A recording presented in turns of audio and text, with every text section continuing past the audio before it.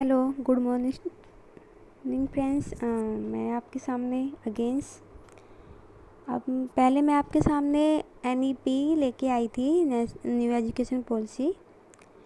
आज मैं आप लोगों के सामने लेके आई हूँ जून 2009 का पेपर, यूजीसी नेट पेपर 1। तो इसको हम मिलके सॉल्व करेंगे। तो बाकी बने रहिए आप, ज़्यादा टाइम ना लगाते हुए मैं पेपर को स्टार्ट करती हूँ। ये हमारे सामने पेपर है, पेपर 1। तो चलिए हम शुरू करते हैं। क्वेश्चन 1 है, इसमें लिखित सामग्री का सही मूल्यांकन निम्न में से किस पर आधारित नहीं होना चाहिए।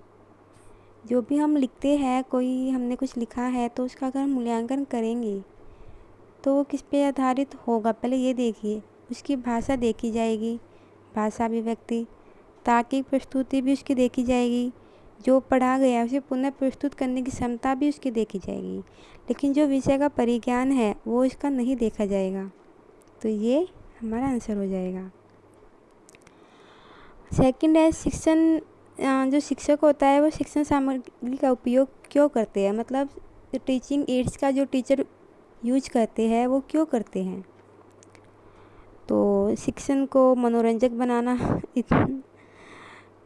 और विद्यार्थियों की समझ की सीमा में बढ़ाना, विद्यार्थियों के ध्यान आकर्षण के लिए, विद्यार्थियों को सतर्क करने के लिए।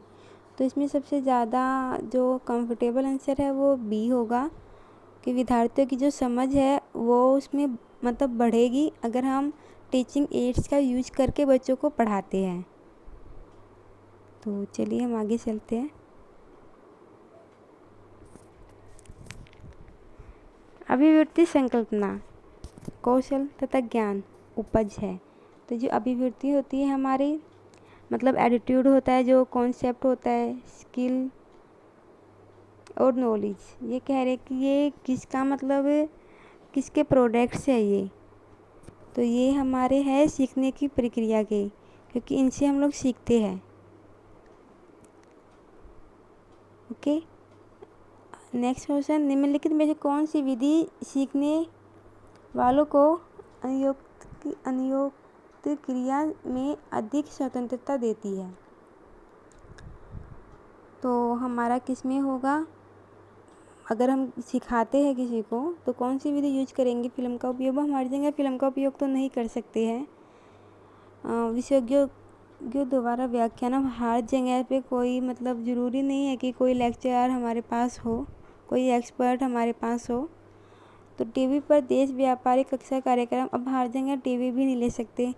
तो इसमें हम ये वाला ज़्यादा सही है कि छोटे समूह में चर्चा, लेकिन चर्चा तो हम मतलब कोई भी जगह उसमें कर सकते हैं। नेक्स्ट देखते हैं, इसमें से कौन सा सीखने की प्रक्रिया का परिणाम नहीं है। तो इसमें से कौन सा नहीं होगा, इसमें से आप ये लगा लो कि एटीट्यूड से अभिव्यक्ति वो तो होगा ही होगा, संकल्पना कॉन्सेप्ट भी होगा, नॉलेज तो होगा, और परिपक्वता मतलब मैच्योरेशन, तो मैच्योरेशन नहीं होगा इसमें। तो ये हमारा आंसर हो जाएगा। शोध की विषय निष्ठा को किस प्रकार बढ़ाया जा सकता है। इसका मतलब है कि जो मतलब शोध की विषय निष्ठा किस तरह बढ़ाया जा सकता है। तो जो शोध की विषय निष्ठा, उसकी निष्पक्षता के जरिए भी हम इसकी बढ़ा सकते हैं, विशेषज्ञता के जरिए भी हम उसे बढ़ा सकते हैं, और उसकी वैधता के जरिए भी हम उसे बढ़ा सकते हैं। सबके द्वारा बढ़ा सकते हैं, तो इसमें उपयोग सभी आ जाएगा। व्यवहारिक शोध है एक्शन रिसर्च, जो हम नॉर्मल हमने काफ़ी की भी होगी, कोई अगर टीचर होगा तो। एक्शन रिसर्च वो क्या है, एक्शन रिसर्च एक ऐसी चीज़ होती है जिसमें हम कोई समस्या लेते हैं और इस समस्या का सॉल्यूशन देखते हैं। तो उसके अकॉर्डिंग तो हमारा बी हो जाएगा कि तात्कालिक समस्याओं के समाधान हेतु किया गया शोध। मान्यताएं निर्मित करने का आधार क्या है। तो मान्यताएं जो हमारी चलती आई है उसमें हम मतलब क्यों निर्मित करते हैं हम, उसमें देखो हर जगह की मान्यताएं अलग अलग होती है, और हर मान्यता देश से जुड़ी हुई होती है। तो इसलिए देश की सांस्कृतिक पृष्ठभूमि को आधार बनाकर ही मान्यताएं निर्मित होती है। नेक्स्ट करते हैं, इनमें से किसे विकासात्मक शोध के वर्ग में वर्गीकृत किया गया है। तो इसमें मतलब ये कह रहे हैं कि जो हमारी डेवलपमेंटल रिसर्च है, विकासात्मक शोध, इसमें किस किस को किया गया है। तो दार्शनिक शोध मतलब फिलोसफिकल, ये तो है ही। क्रियात्मक एक्शन रिसर्च, इसमें तो है ही वो तो। और डिस्क्रिप्टिव मतलब विवरणात्मक शोध, ये भी है। तो इसमें हमारा हो जाएगा उपयुक्त सभी। ओके,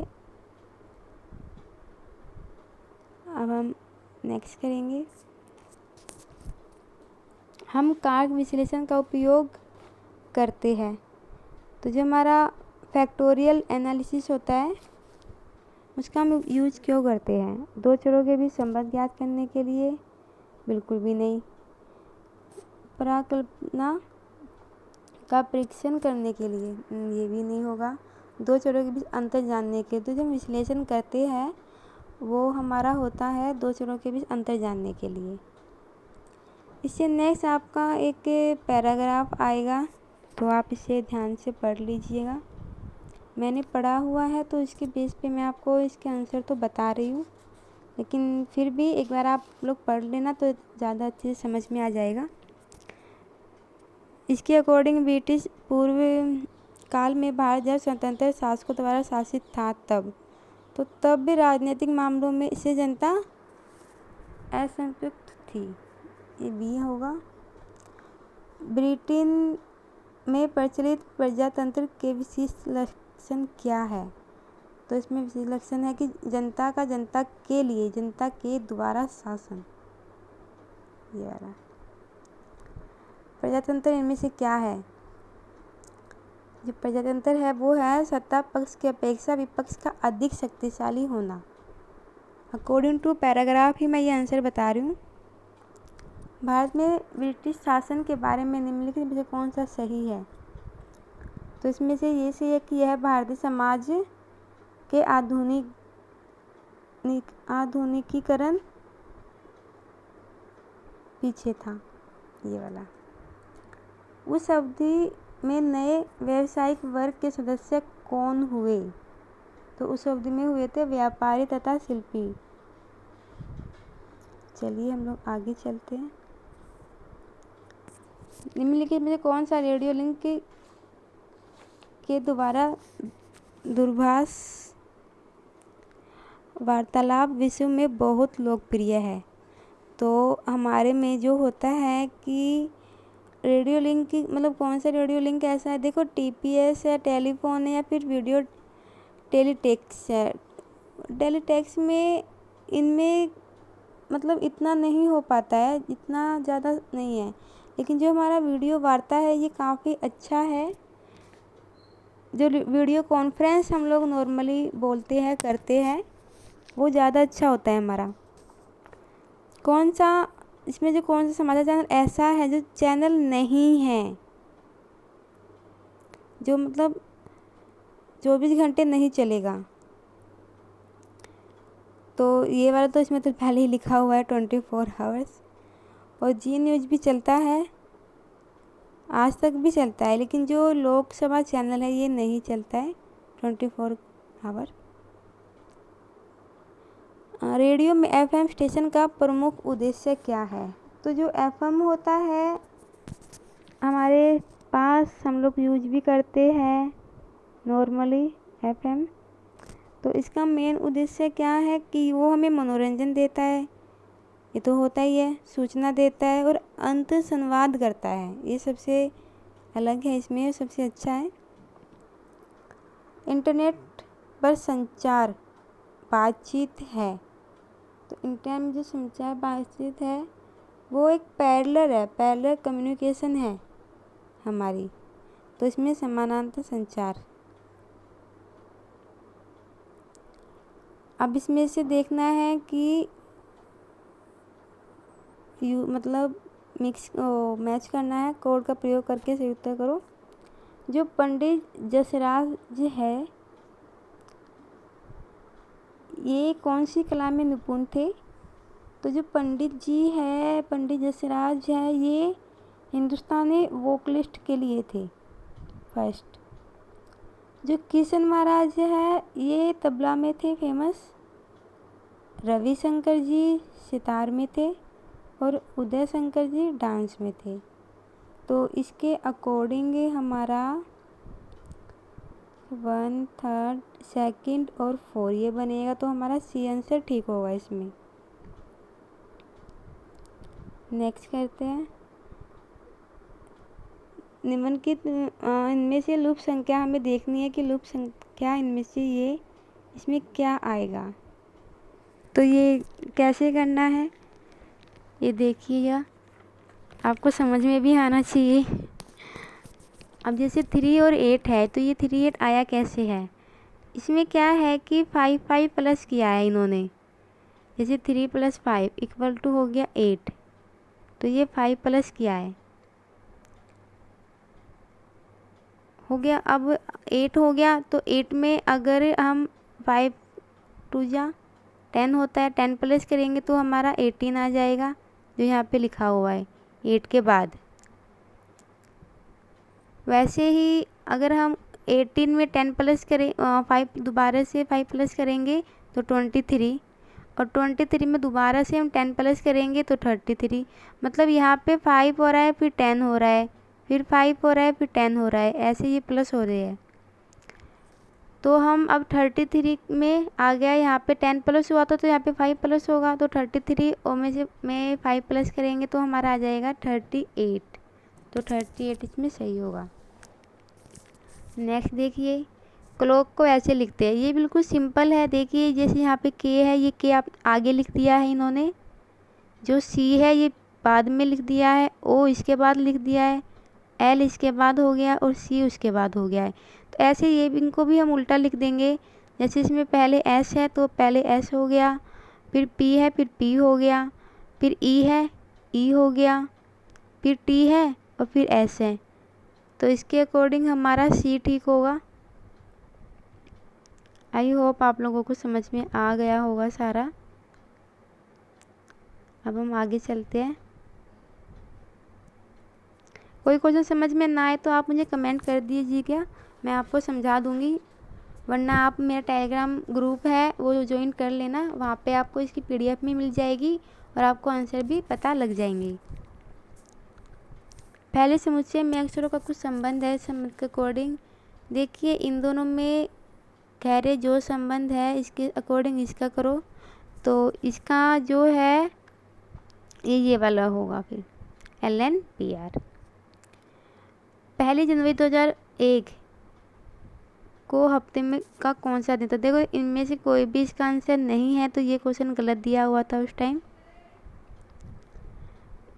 अनुक्रम में गलत संख्या कर, इनमें से गलत संख्या आपको देखनी है कि कौन सी है। वो कैसे देखोगे? देखिए इनमें ना सब्ट्रैक्शन हुआ है, मतलब माइनस हुआ है। और वो कैसे हुआ है? जैसे ओड नंबर होते हैं, 1 होता है, 3 होता है, 5 होता है, 7 होता है, 9 होता है, ऐसे ऐसे ये ओड नंबर से माइनस किए गए हैं। 52 में से 1 माइनस किया 51 आ गया, इसमें से 3 माइनस किया तो 48 आ गया, 48 में से 5 माइनस किया तो 43 आ गया, अब 43 में से 7 माइनस करेंगे तो यहाँ पे 36 आना चाहिए था, लेकिन यहाँ पे है कितना 34, तो ये गलत है यहाँ पे। अब अगर इस यहाँ पे 36 होता तो उसमें से हम 9 माइनस करते, इस 7 हमने यहाँ पे किया था, 9 माइनस करेंगे 27, ये भी सही है, और 27 में आगे 11 माइनस करेंगे तो 16, ये भी सही है। तो हमारे यहाँ पे 34 ये गलत है, तो इसका बी हो जाएगा।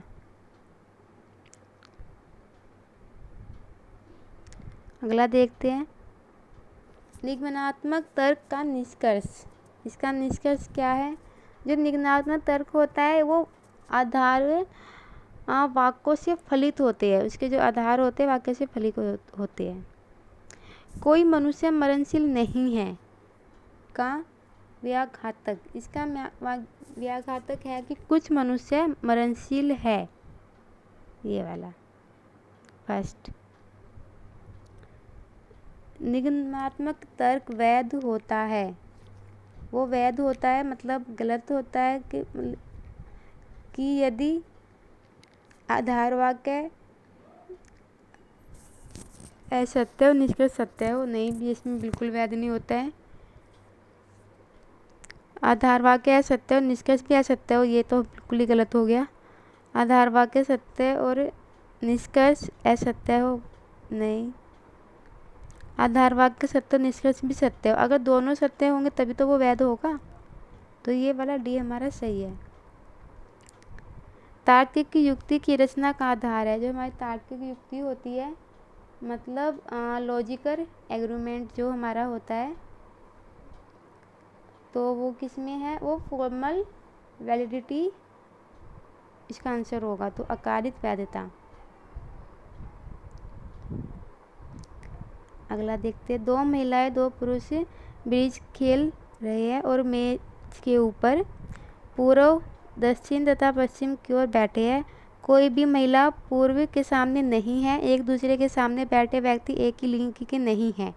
एक पुरुष दक्षिण दिशा के सम्मुख है। महिलाएं कौन सी दिशाओं के सम्मुख है? जो महिलाएं है वो इसमें उत्तर व पश्चिम दिशा में सम्मिलित होगी। तो चलिए आगे चलते हैं। इसमें ये आपका डायग्राम दिया हुआ है, तो इसमें आपको देखें ये हिंदी जानने वाले व्यक्ति है आपके सामने, ये अध्यापक के रूप में है और ये अंग्रेजी जानने वाले हैं। तो अब इसके क्वेश्चन देखते हैं। यदि आप हिंदी और अंग्रेजी जानने वाले अध्यापक को चुने तो कौन से होंगे? जो हिंदी भी जानता हो, जो इंग्लिश भी जानता हो, जो टीचर भी हो। तो इन तीनों का मिक्सचर तो सिर्फ एक ही दिख रहा है आपको, तो सबसे बीच में सी, तो इसका आंसर सी हो जाएगा। यदि आप ऐसे व्यक्तियों को चुनना चाहे जो अंग्रेजी नहीं जानते और अध्यापक भी न हो, मतलब जो इंग्लिश भी नहीं जानते होंगे, अध्यापक भी नहीं होंगे, तो ऐसे दोनों तो ऐसा ही होगा कि जो हिंदी वाला होगा। तो हिंदी में जो अकेला है वो एक ही है, जी। तो इसका आंसर वो दे रखा है हमें, जी, जी होगा। अब आगे देखिए, ये ड्राफ्ट दे रखा है। इसके ज़रिए हम इंजीनियर सामग्री के निर्यात की सर्वाधिक मात्रा किस वर्ष में हुई? तो इसमें किस वर्ष में हुई है? 2006 में हुई सबसे ज़्यादा, तो 2006 इसका आंसर हो जाएगा। इंजीनियर सामग्री का मूल्य पिछले वर्ष की तुलना में कौन से वर्ष में 50% कम हुआ? तो देखिए पहले इतना, इसमें 2006 में इतना था, अभी इतना हो गया, बिल्कुल ही कम हो गया। तो 2007 में जो है ये पिछले वर्ष की मतलब 2006 की तुलना में कम हो गया। निर्यात की मात्रा किस वर्ष में पिछले वर्ष की तुलना में 100% वृद्धि हुई? तो 100% की वृद्धि सिर्फ 2006 में ही हुई है। देखिए अब हम आगे चलते हैं। अगेंस्ट हमारे सामने वही पैराग्राफ आ गया है। इसमें करने में आप पढ़ लीजिए कि एक बार, मैंने पढ़ लिया है तो उसके ज़रिए ही मैं आपको ये आंसर बता रही हूँ। डिमर्जर का सहारा लेने के लिए कुछ कंपनियों का क्या उद्देश्य था? तो उनका उद्देश्य था कि बाजार में प्रतियोगिता का सामना करना, ये वाला। विक्रेता बाजार द्वारा क्रेता बाजार को मार्ग देना है। इस कथन का क्या मतलब? इसका मतलब है कि वित्तीय रूप से उपभोक्ता के पक्ष में बाजार, तो इसका बी हो जाएगा। गत वर्षों में समाज सम्मेलन इनमें से मुख्यतः किसके लिए प्रयोग में लाया गया है? तो जो किसके लिए लाया गया है? सरकार को दिए जाने वाले करों की आवश्यकता पूरी करने के लिए वो लाया गया था, प्रयोग में। हो गया। अब अगला देखते हैं। आयात करों पर सरकार की दृष्टि से निम्नलिखित में से कौन सा सही है? तो इसमें से सही होगा हमारा कि स्वास्थ्य प्रतियोगिता को बढ़ावा देने के लिए आयात कर को अब कम करना, तो इसमें बी। डिमर्जर विघटन शब्द इस अवतरण में इनमें से किस अर्थ में प्रयोग में लाया गया है? तो अकॉर्डिंग टू पैराग्राफ इसमें दो या दो से अधिक कंपनियां जिसका एक में विलयन हो गया था उनका अलग होना, विघटन होगा। तो इसका आप लगा लीजिएगा सी। 2 या 2 से अधिक कंपनियों जिनका एक में विलीन हो गया था उनका अलग होना। अब देखिए आगे पैराग्राफ से हटके www पर वेब पेजों को डालने के लिए आपको किसकी आवश्यकता है। तो देखिए हमें www पे कोई भी वेब पे डालने के लिए इंटरनेट तो चाहिएगा ही, बिना इंटरनेट के तो नहीं होगा। एक वेब ब्राउज़र भी चाहिएगा, वेब सर्वर भी चाहिएगा, तो उपयोग सभी इसमें आंसर हो जाएगा। अब अगला देखते हैं, भारत में मोबाइल फ़ोन की सेवा प्रथम बार देने वाली कंपनी। तो प्रथम बार जिसने हमारा भारत में मोबाइल फ़ोन दिया वो है हमारी BPL। चंद्रयान 1 22 अक्टूबर 2008 को भारत में कहाँ से छोड़ा गया था। तो ये जो छोड़ा गया था पहली बार, ये छोड़ा गया था 2008 में श्री हरिकोटा से। अब हम आगे चलते। ब्लॉग क्या है। जो ब्लॉग है वो है कि ए पर्सनल और corporate website in the form of online journal. तो इसका सी हो जाएगा। निम्नलिखित में से कौन सी वेबसाइट भारतीय वैवाहिक वेबसाइट नहीं है। तो जीवन साथी तो है, शादी.com भी है, भारत मैट्रिमनी भी है, लेकिन जो ये है UK सिंगल मुस्लिम ये नहीं है। पर्यावरण प्रभाव मूल्यांकन संभावित परिवर्तनों का वस्तुनिष्ठ विश्लेषण है। पर्यावरण की भौतिक विशेषता ये तो होगा। पर्यावरण की जैव भौतिक विशेषता ये भी होगा। पर्यावरण की सामाजिक आर्थिक विशेषता ये भी होगा। तो हमारा उपयोग सभी डी आंसर इसका हो जाएगा। दलदल एक नम प्रदेश, नम भूभाग है जो पानी प्राप्त करता है। किससे करता है। दलदल से पे ये वर्षा से पानी प्राप्त करता है। C answer. निम्नलिखित में से कौन सा प्रदेश भूकंपों की दृष्टि से अत्यधिक जोखिम क्षेत्र में आता है। तो जो हमारे जहाँ पे हमारे पहाड़ ज़्यादा होते हैं वही क्षेत्र ऐसे होते हैं जो भूकंप की में मतलब ज़्यादा ही जोखिम वाले होते हैं। तो हमारे हिमालय क्षेत्र। अब ये आगे देखते हैं, ये मिलान संस्थान और उसका शहर का नाम। तो इसमें केंद्रीय मरु अनुसंधान केंद्र ये हमारा जोधपुर में है। अंतरिक्ष उपयोगिता केंद्र ये हमारा अहमदाबाद में है। भारतीय लोक प्रशासन संस्था ये हमारा कलकत्ता में है। और जो भारतीय विज्ञान कांग्रेस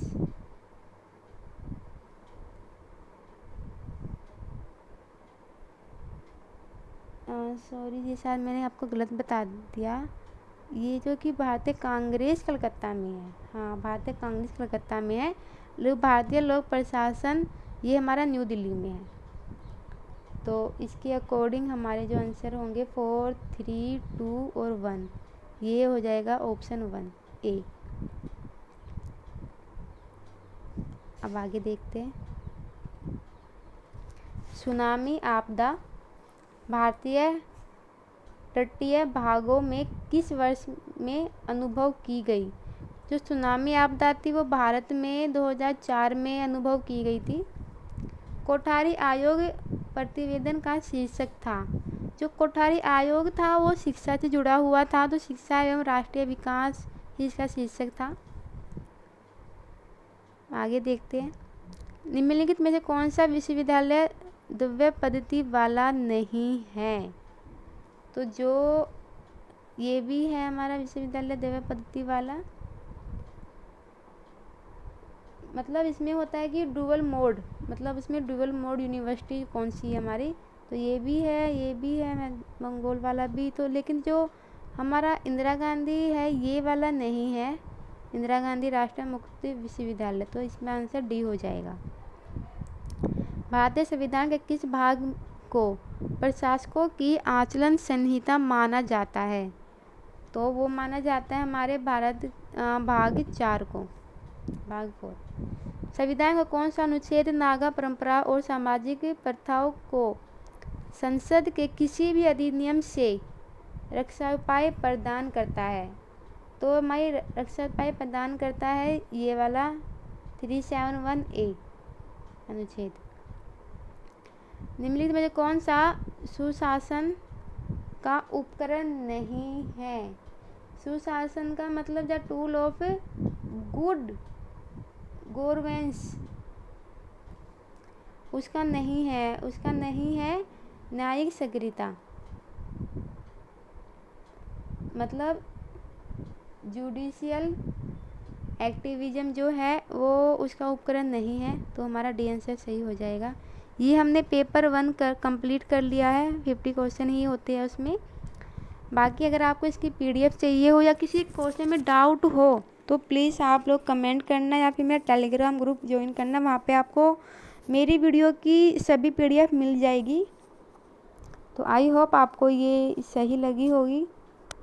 बाकी मैं अभी ये 2009 का पेपर सॉल्व हुआ है अभी, इसके बाद मैं 2009 का हिंदी का पेपर 2 भी सॉल्व करूँगी और इसके बाद हम ऐसे ही हर मतलब सभी वर्षों के प्रीवियस ईयर के पेपर हम सब सॉल्व करते चलेंगे। 2009 से लेके हम 2018 तक के 2019 तक के सारे पेपर सॉल्व करेंगे। तो आप लोग बने रहिए मेरे साथ। बाकी अगर आपको वीडियो अच्छी लगी हो तो आप इसे लाइक कीजिएगा, कमेंट कीजिएगा और प्लीज़ चैनल को सब्सक्राइब ज़रूर करिएगा, क्योंकि इससे मुझे काफ़ी मोटिवेट मिलता है, मैं काफ़ी मोटिवेट होती हूँ इससे। तो इसलिए बाकी thank you so much video देखने के लिए। मैं मिलती हूँ अगली वीडियो के साथ।